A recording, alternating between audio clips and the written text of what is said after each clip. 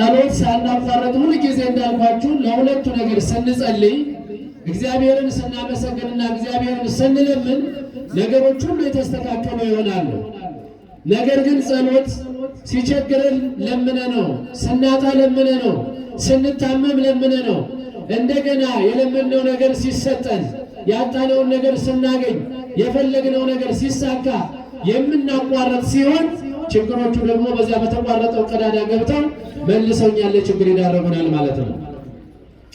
በመጽሐፍ ቅዱስ ሳያቋርጡ ከጸለዩ ሰዎች መካከል አንዱና ትልቁ በቤተ ክርስቲያን እንዳብነት የሚጠቀሰው ካህኑ ዘካርያስ ነው።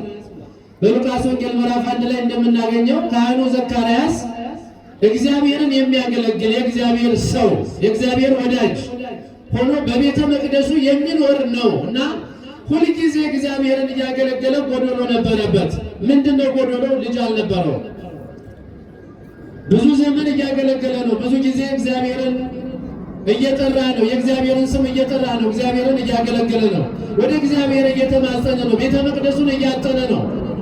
እግዚአብሔርን እያመሰገነ ነው። ነገር ግን የፈለገው ነገር በጊዜውና በሰዓቱ አልሆነም። እሱ ግን ሳያቋርጥ እግዚአብሔርን ይለምንና ይማጸን ነበረ። ነገር ግን ይህ ጸሎቱ ይህ ያልተቋረጠ እግዚአብሔርን መለመኑ እነሆ ካረጀ ጊዜም በኋላ አንድ ቀን የእግዚአብሔር መልአክ ወደ እሱ መጥቶ ጸሎትህ ተሰምቷል አለው።